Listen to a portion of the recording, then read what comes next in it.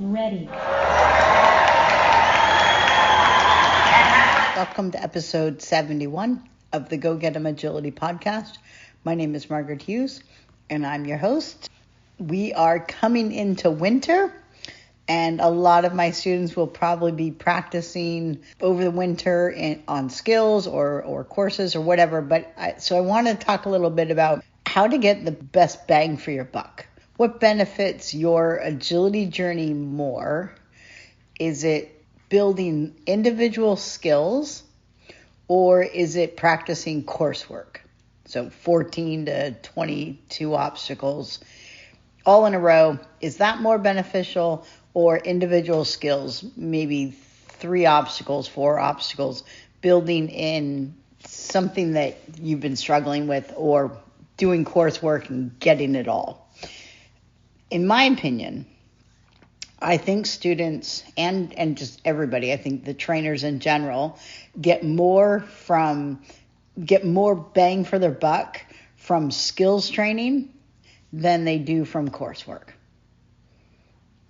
Let me say that again, because I don't think that new handlers hear this enough, or it doesn't resonate with them. Most good agility handlers focus more on skills work than they do on coursework. Agility isn't just about throwing dogs over obstacles. We can all do that. Agility is about focused practice of building stronger and stronger behaviors on a single obstacle that we then pair together with other obstacles, that we then sequence more and more as we continue. So doing a full course and doing every single obstacle isn't always agility if it isn't smooth and purposeful in what you actually want.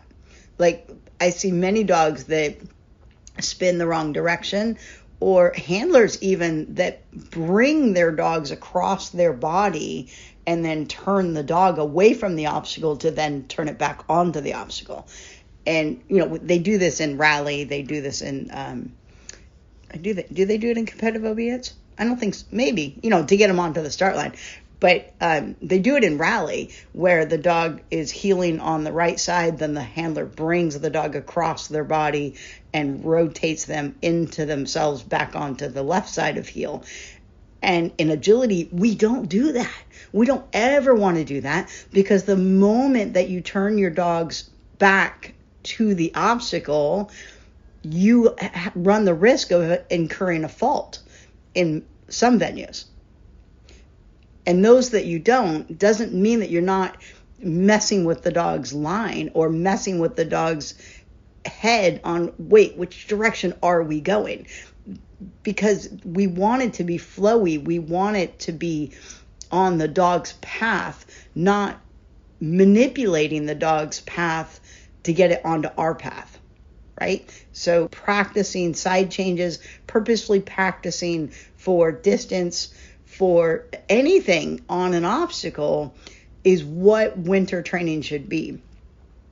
Don't go for every single obstacle. Go for focused practice on individual obstacles or little sequences. And don't get me wrong, coursework is important. It is important to put all these skills together over and over and over again. However, the bulk of training should be on skills or very short sequences. The skills that we need the obstacle skills, right? The dog, so there's dog training and then there's handler training.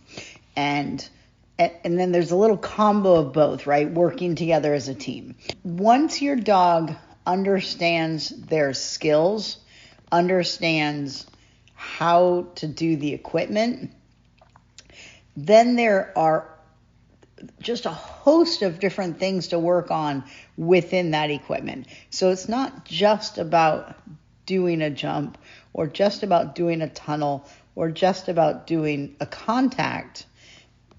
It's really zeroing in on all the different aspects of each piece of equipment. and learning to get some strong clarity and strong drive and love for wanting to do those obstacles. When we're looking at getting the most bang for your buck, I would put it into a category of build the love for the obstacles first. Well, first teach clarity, right? Like teach the dog what the obstacle is. Most dogs are there. So most of my students that want to do coursework have dogs that have most of the equipment, if not all the equipment. But then once they understand all their equipment, you really will get a lot more mileage out of building each one of those obstacles stronger and stronger and stronger through short bursts of training and giving the dog lots of really good information of what you like and what you don't like. So using a yes-no reward system, and the second that they're incorrect, go ahead and tell them, nope. It doesn't have to be harsh, but you need to give them information that what you're asking of them is not what they're doing. And then you as the handler, it's critical that you as the handler set up the scenario so that they will get it right, so that you can give them the yes answer, and then push that envelope a little bit more with each skill set training after that, right? So once my dog does know weave entries, then I'm going to go for a little bit more speed on the weave entries or distractions on the weave entries or side changes on the weave entries, right? There's so many skills. And then you take all of those things that I just mentioned, speed, distraction, side changes, and then you do a combination of them, right? So speed with distractions or speed with a fast side change. That formula works for all the different obstacles. And think about the entrance into the obstacle and then the exit out of the obstacle, right? Like, are you working all the different aspects of speed, distractions, and side changes on both entrances and exits? And you can do them at completely separate times. You do not have to work them in combo with each other. And if the side change isn't working, then that's on the handler, right? Because most dogs, other than the rear cross, the front cross and the blind cross, the dogs will do them if they are executed well. Dogs just naturally will drive to our side that we're looking at, that our hand signal is on. Mostly side is about eye contact and dropping that shoulder back, but giving them a lot of our cheek or direct eye contact is your side cue. So if your side changes aren't working, really zero in on what the handler's doing and making sure that your execution of the side change is clean so that the dog can perform it. And that's where video really, really helps, because if you have to know your timing and slowing it down frame by frame. You can see that in a video. The moment the dog makes the mistake, stop and sit and play with those couple of frames before and after to try and figure out what exactly was the handler doing or not doing. No eye contact will generally get you a dog that will go to the side they think you want rather than the side you want. So here are a couple more things to keep in mind when you are working on skills building. There are three main buckets that I look at for foundation, strong foundation, and all of these wrapping them around an obstacle. So the first one are your recalls. Your recall to collection, your recall to extension, and your recall to backup. Doing those three recalls on all of your equipment. Then there are turns.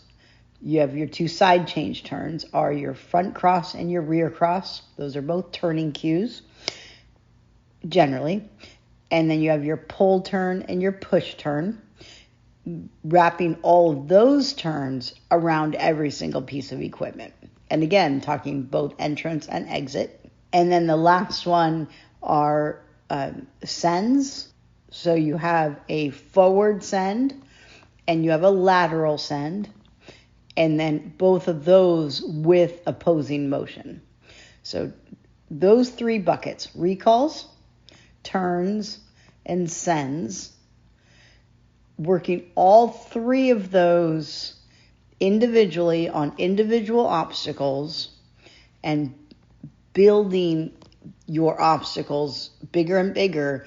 Then once you think that you've got your obstacles like good distance, good lateral, good opposing motion, good side changes, good convergence or divergence off of the obstacle. Once you've got that on all the individual obstacles, then pair 2 to 3 together.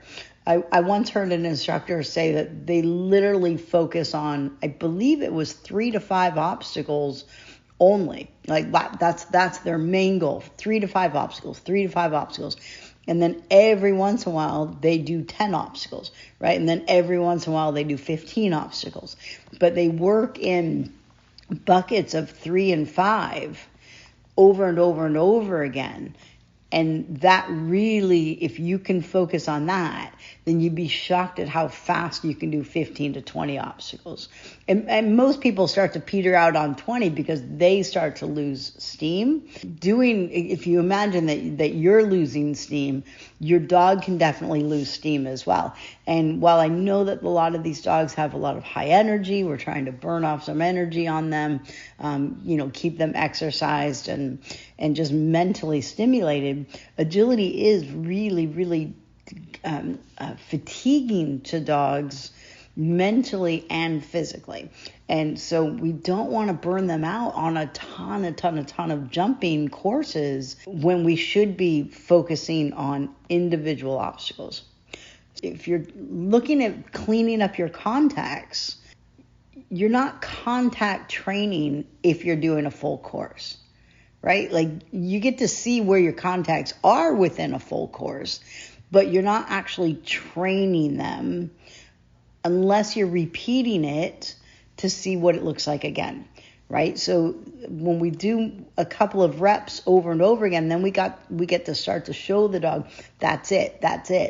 Nope, that's not it. That's it. Nope, that's not it.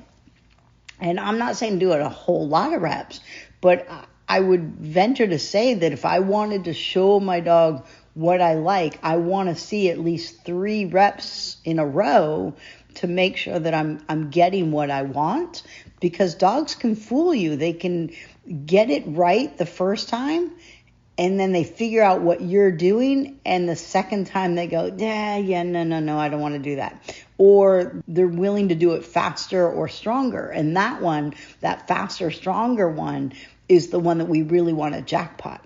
And so sometimes when we do just 1 rep, we don't truly see where the dog's at.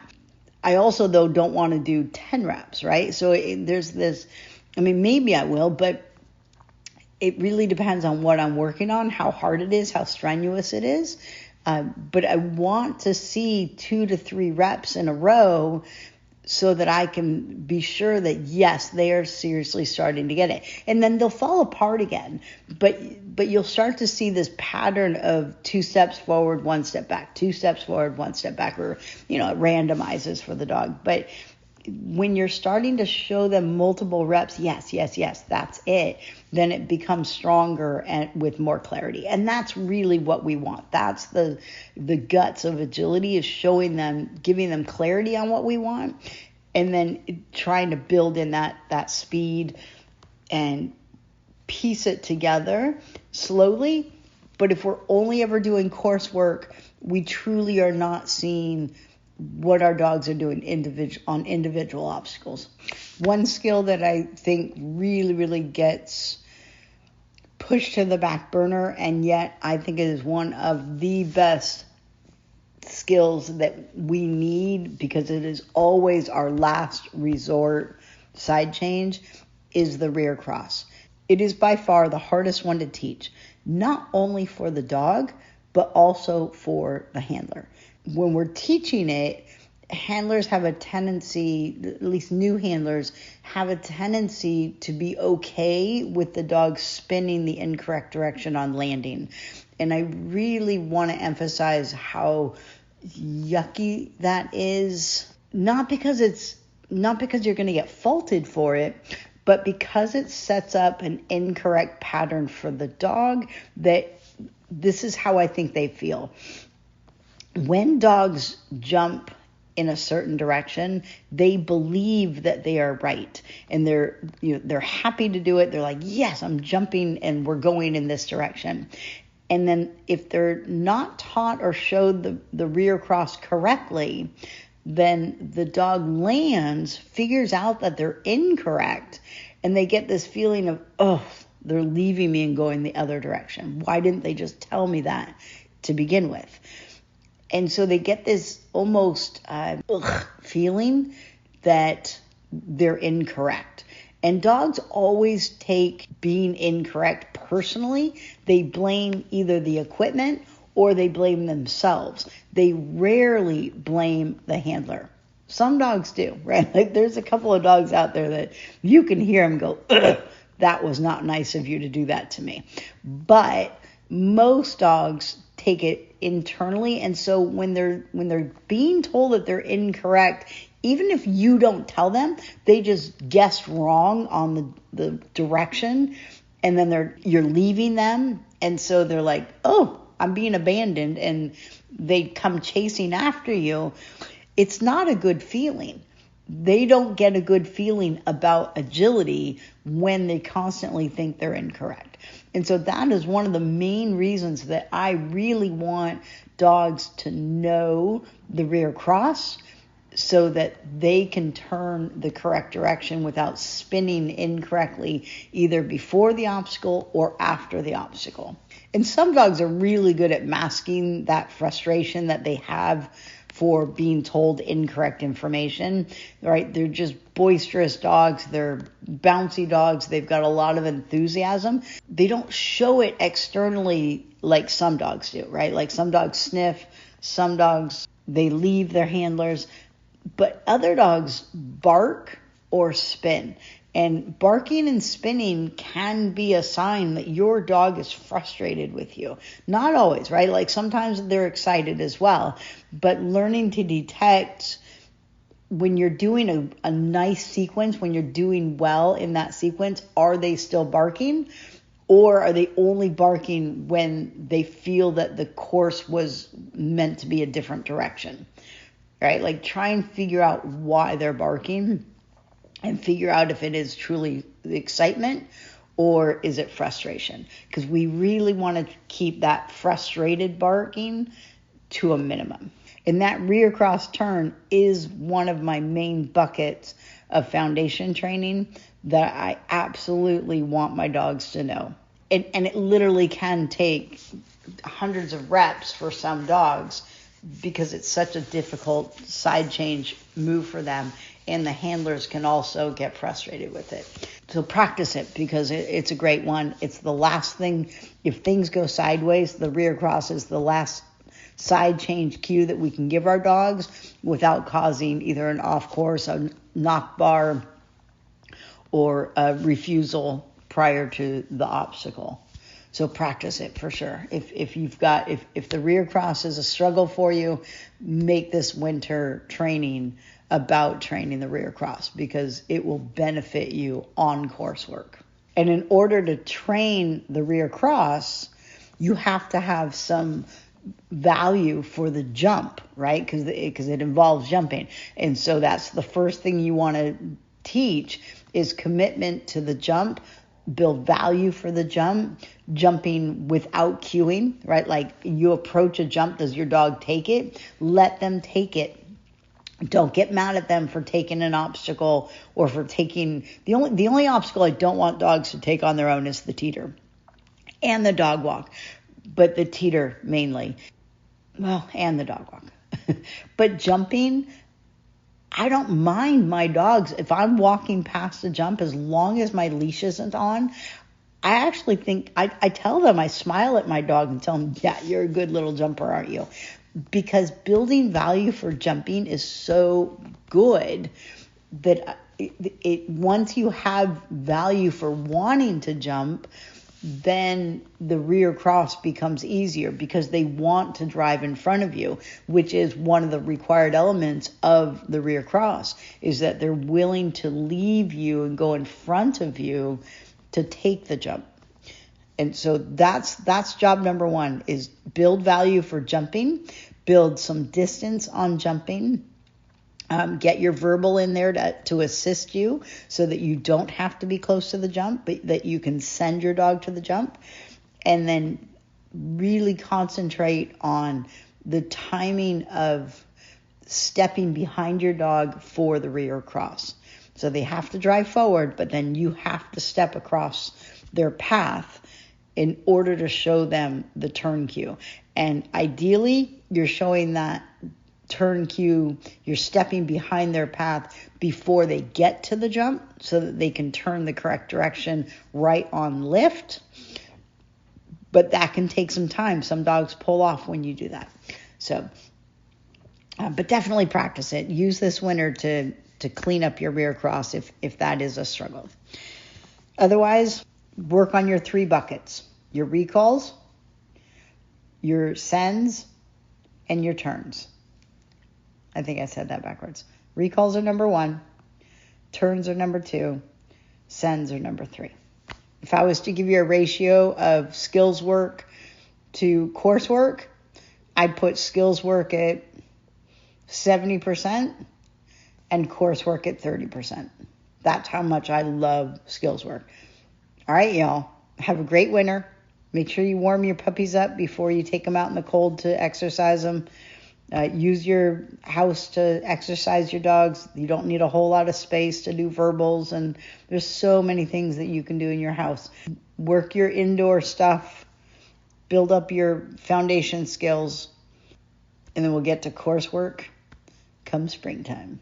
Happy training. Woof, woof. Ready.